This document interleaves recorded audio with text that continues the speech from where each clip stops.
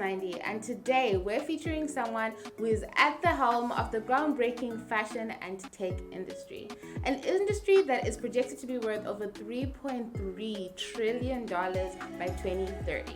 Samuel Alexander has been at this for over 3 decades, and he is bringing his expertise in fashion and technology and the groundbreaking insights that you need to know even for your own business.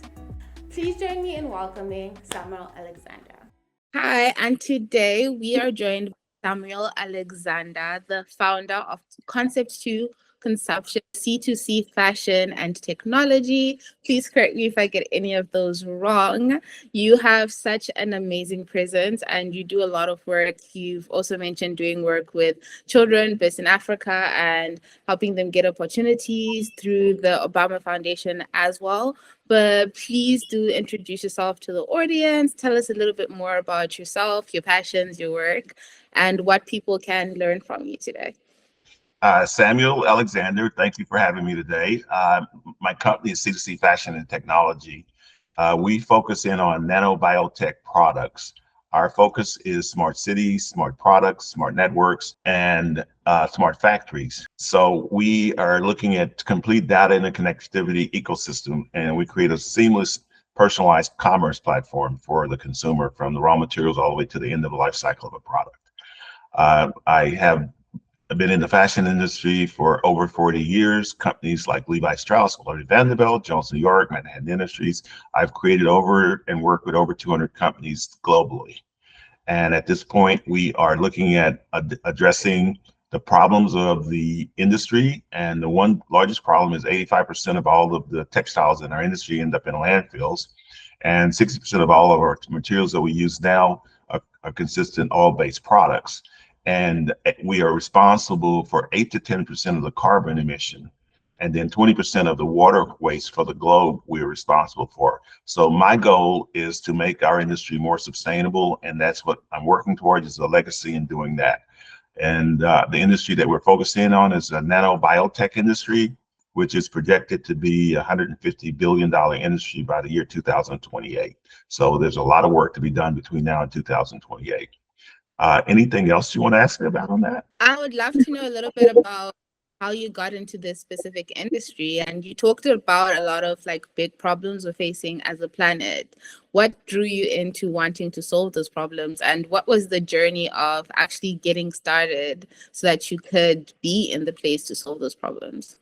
I was recruited out of college by Levi Strauss, and they had programs called EEOC program, Equal Opportunity Programs.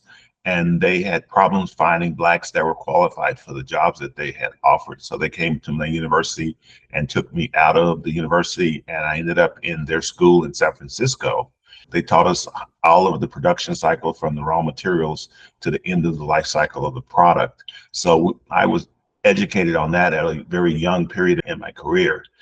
From there, I went to Gloria Vanderbilt, which was Marjani International, and we made the first jeans for women that were made in the world. And we created a lot of different processes and technologies in doing so. So I've been involved with a lot of companies that were innovative companies, and we're able to develop new ideas and new concepts for our industry. The reason that I've taken the direction that I'm going is about legacy.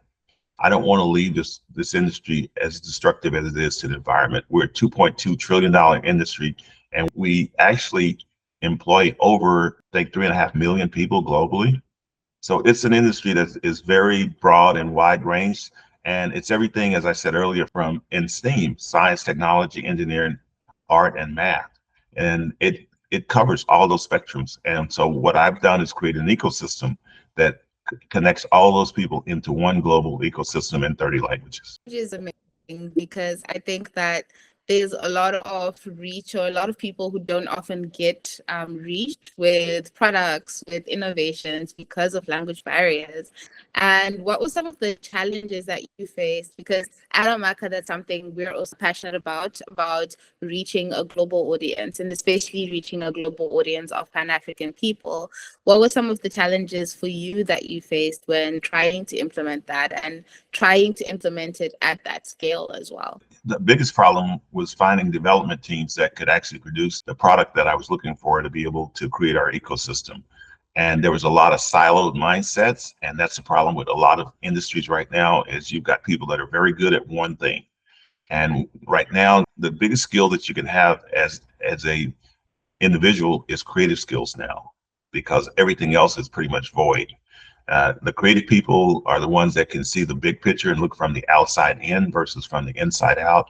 When you're looking from the inside out, all you see is what's in front of you. When you look at from the outside in, you see the complete picture, and that's going to be a part of the decentralization that's coming within every industry, and the siloed mindset will end. But the biggest problem I had was with siloed mindsets. They were very good at one thing, but when you had to go to another area, it was difficult for you to develop that. And that's why I had to become my own project manager, because there weren't the project managers out there that had the ability to give me the things that I needed and wanted from the platforms. I'm curious if you could speak a bit more into, so you mentioned decentralization and that's where we're moving towards. So if you are a young person today who was trying to build a small business or trying to get into like an innovative industry, what type of business models would you be advising people to sort of create based on that? The industries that I see that's dying right now is investment capital. And investment capital, if you were going to take investment capital, you should have just went ahead and got a job, because basically you're working for an investment capitalist. You should be looking at businesses that are going to create revenue streams, and your whole goal should not be to gain investment capital, but to be able to create revenue streams that sustain your business. And the problem most people have is they focus in on investment capital. And that's the negative part. I've seen so many companies that come into business, got a lot of capital, spend as fast as they got it, and we're out of business shortly after because they ran out of money. And the biggest issue that most of the companies that I work with is just getting them to put their ideas on paper. And no matter how simple it is, you got to start out by putting it on paper to be able to have a roadmap. And as you build that company, you have to continuously change your map as to where you're going to and how you're going to get there. And that's the biggest problem that I have with people, is getting them to sit down and creating a business plan or a roadmap for their business. I think that is so true and so helpful. What are some of the things that you would encourage people to put on their roadmap or on their plan for a business? And what would you say is the way to build revenue first successful business?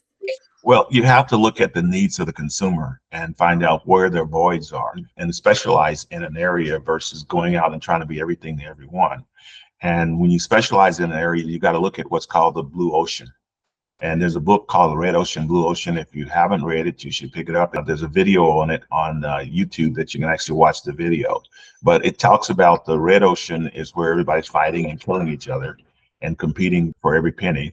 And the blue ocean is smooth sailing because there's no one out there. And that's where the creative mindset comes.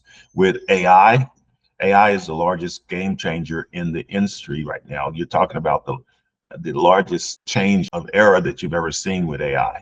And it will basically eliminate the need for a lot of employees, but it will also create new jobs in the creative aspect of utilizing this technology to create new ways of doing business. And our focus right now in marketing is what they used to call it, but we call it cognitive commerce right now. And cognitive commerce is, as I said earlier, a combination of smart products, smart factories, smart networks, and creating products for the smart city, which gives you a complete data interconnected ecosystem. And it creates a seamless personalized commerce platform. And, as far as the technologies that we're using, we are working with everything from virtual reality, augmented reality, mixed reality, extended reality, and we're actually even building out HoloLens technology now that's completely interactive. IoT will be the foundation for everything going forward. Everything that can be connected will be connected. So we're focused in on connectivity of products, artificial intelligence, machine learning, automated autonomous technology, and even stable diffusion. If people aren't familiar with it, they should become familiar with stable diffusion, because that's your next generation of technology after the generative AI. And then we focus in on the tokenization of Web3 technologies, because that'll play a large part in the way that our businesses run going forward, and everything will be tokenized. And in the cognitive commerce part of it, you're looking at everything that's going to be connected, from the raw materials to the marketing, the branding, and the product development of any product in the life cycle of the product. And then the blockchain will give us transparency. It'll give us the intellectual properties, which we don't have to deal with that anymore. It's based on the blockchain. Product authentication, we're using all kinds of chips and QR codes and things to identify products to make sure they're authentic. There's just a ton of things that we're doing, but basically tokenization is where we're going to, and autonomous technology where we'll be processing the data at the point of collection. Our focus is nano-biotech products. One of the products that we just launched is a carbon fiber that we incorporate into the clothing. It collects heat from your body and turns it into far infrared, which decreases your cortisol and increases your nitric oxide. And your cortisol level is your stress, inability to sleep, and it'll decrease the cortisol level and then increase your nitric oxide level, which is your red blood flow. And there's a lot of products attributes that we can use for that that contributed to that. But I can't talk about some of them because they hadn't been approved by the FDA, but the things that I've just told you have been approved. And then your bots and robots are your workers now. And we have all different types of bots that we've created to be able to do the things that we're probably going to talk about later. Will be covered on the bots and robot part. And as you build this sort of business in an ecosystem where the general public might not be able to understand some of the technologies that you're working on, people might still be scared of being replaced by AI, for example, or not really understanding how, just as a general person, these technologies may affect them. What advice would you have to be able to, A, if you're a business owner, reach an audience that might still be apprehensive or not understanding of the work that you're doing? The first thing is that you don't want to be a blacksmith when they start driving cars. And the technology is here, it's not going to go away. So the best thing to do is address it and learn how to use it. And there's a lot of companies. I'll give you a good example is Kodak. Kodak had the digital patents on digital photography, and they didn't use them because they were afraid that they were going to lose the business that they had. And now they were out of business because they didn't evolve. Anyone that don't evolve will lose their position in this ecosystem. And it's all about evolving and being creative now. And as far as fear goes, as I walk through the valley of the shadow of death, I shall fear no evil. I love that very much.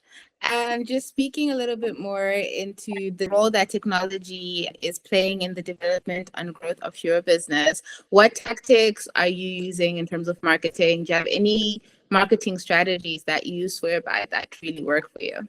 Right now, LinkedIn is the most powerful tool that anyone can be associated with for marketing, branding of products, because it focuses in on the people that you want. The problem with most of the people that I work with now and the companies that I work with, they have a mindset that more is better. And what you're looking at more is not better. You got to focus in on the customer that you want and look at the 80-20 rule. 20% of your customers do 80% of your business. The rest just costs you money and time. And your most valuable asset that you have is your time. And you don't want to waste it with a bunch of people that are just wasting your time.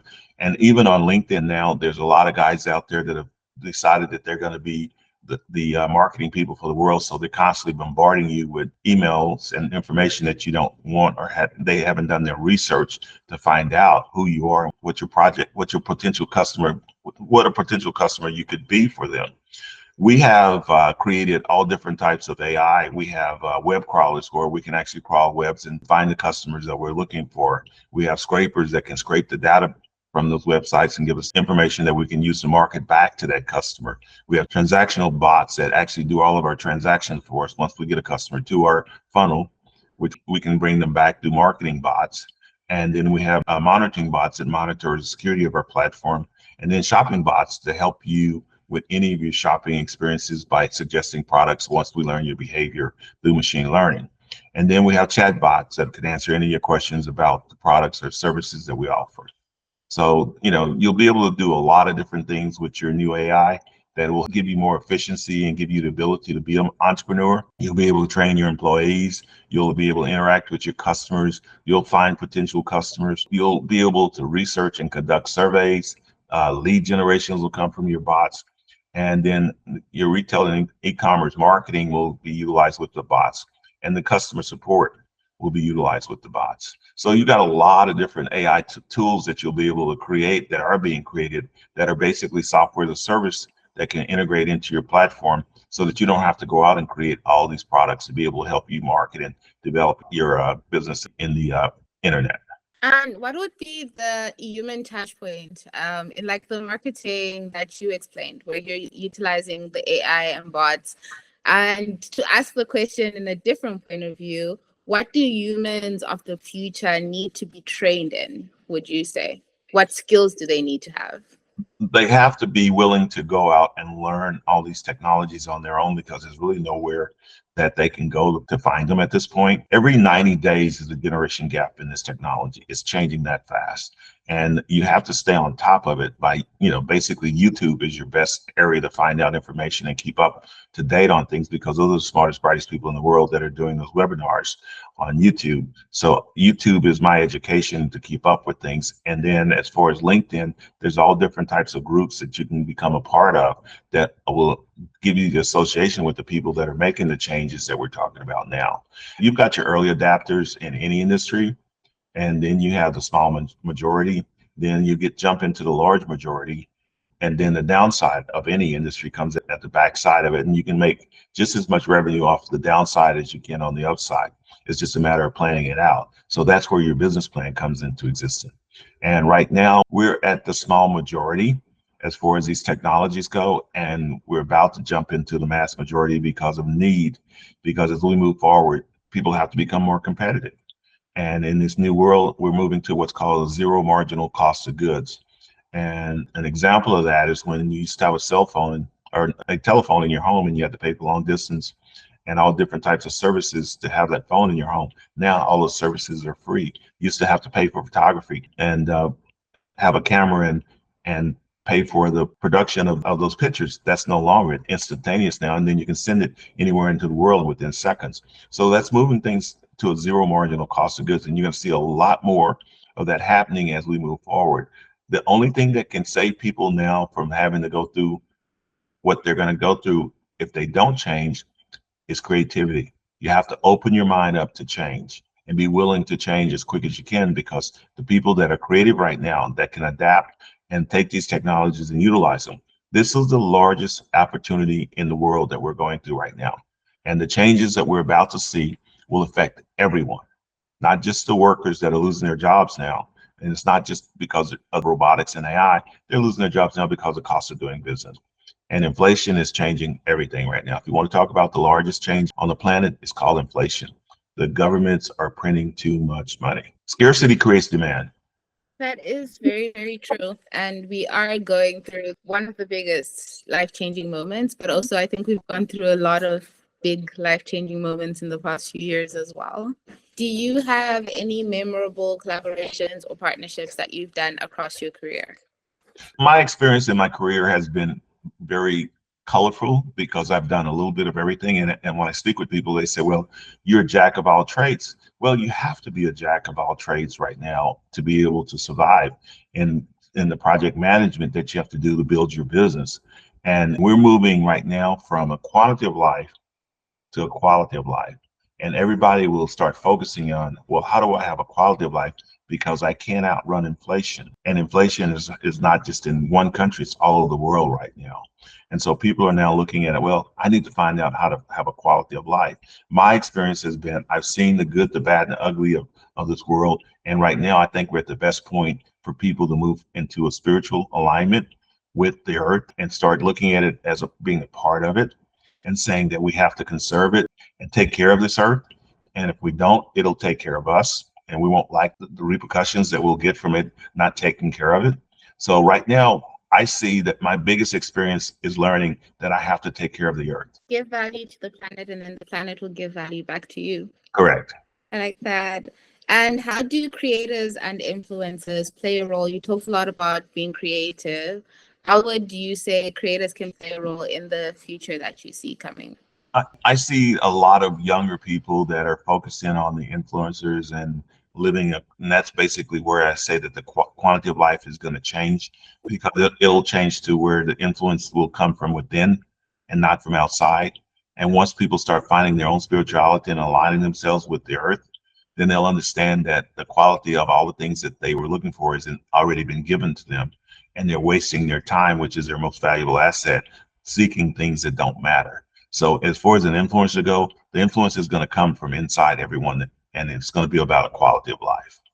I agree with that. And is there any other advice that you would give to brands, people who are starting businesses, looking to grow their businesses, or creators who want to work with businesses as well?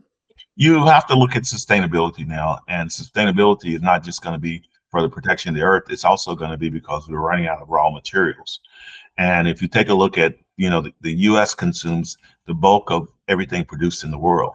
70% of our economy is based on consumption. And we have a lot of problems with the logistics in the world right now with the Suez Canal, the Panama Canal. There's going to be a disconnect in our ability for raw materials going forward and getting the products we need. The other problem we're having is the instability of the governments throughout the world and the conflicts that we may be addressing going forward.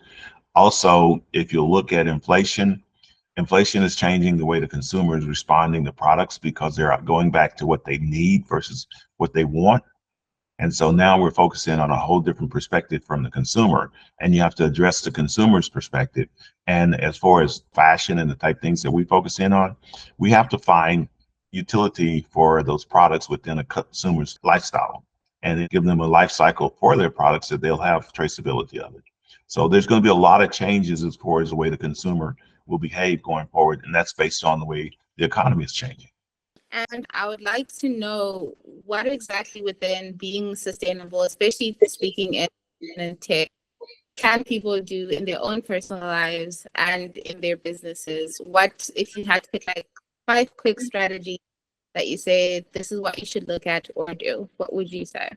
Well, you have to be able upfront to build a life cycle into the product. And then number two, have traceability of that life cycle of the product. And that's what we do is we give the person that doesn't have the ability to do that, the ability to do it with the technology that we've created. And a lot of the things that I run into going into this industry as far as the technology part of it, as I said earlier, there's a lot of fashion companies that don't understand technology, and then technology developers that don't understand the fashion industry. So there's a lot of guys that are creating software for our industry that really don't understand it. So we're actually giving them the ability to API into our system to focus in on the customers that we're developing now for the future.